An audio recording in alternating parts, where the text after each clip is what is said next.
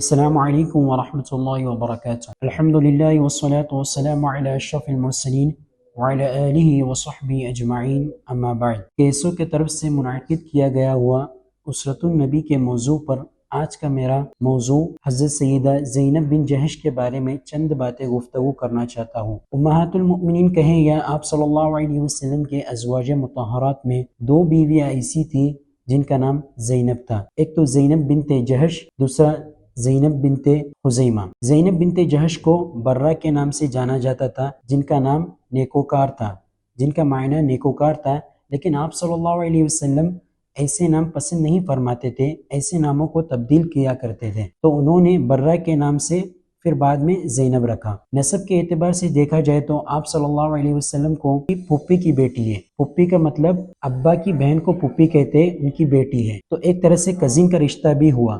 البتہ آپ صلی اللہ علیہ وسلم کو ایک غلام تھا جن کا نام زید بن حارث تھا۔ نبی کریم صلی اللہ علیہ وسلم زید بن حارث سے محبت کرتے تھے، زید بن حارث بھی نبی کریم صلی اللہ علیہ وسلم سے بہت زیادہ محبت کرتے تھے۔ لوگوں نے ان کو منہ بولے بیٹے کی طرح بلانا بھی شروع کیا اور آپ صلی اللہ علیہ وسلم ماننے بھی لگ گئے۔ پھر لوگوں نے ان کو زید بن حارث کے بدلے زید بن محمد بلانا شروع کیا، لیکن قرآن مجید میں آیت نازل ہونے کے بعد کہ لوگ اپنے باپ کے نام سے بلایا جائے، تو لوگوں نے زید بن محمد کے بجائے زید بن حارث بلانا شروع کیا۔ نبی کریم صلی اللہ علیہ وسلم کے حکم سے زید بن حارث اور زینب بن جہش کا نکاح ہوا، لیکن کچھ معاملات کی وجہ سے ان دونوں میں طلاق بھی ہوا۔ پھر نبی کریم صلی اللہ علیہ وسلم نے ہی زید بن حارث کو حضرت زینب بن جہش کے گھر بھیج کر نکاح کا پیغام بھیجا، لیکن حضرت زینب بن جہش نے کہا کہ اس بارے میں ابھی کچھ نہیں کہنا چاہتی ہوں، میں اپنے رب سے پہلے مشورہ نہ لے لوں۔ پھر کھڑے ہو کر سجود ہو کر اپنے رب سے پوچھا، تیرے نبی نے مجھے چاہا، میں اگر ان کی زوجت کی لائق ہو تو مجھے ان کی زوجت دے دے۔ عربوں میں ایک چیز مشہور تھا کہ کوئی بھی اپنے منہ بولے بیٹے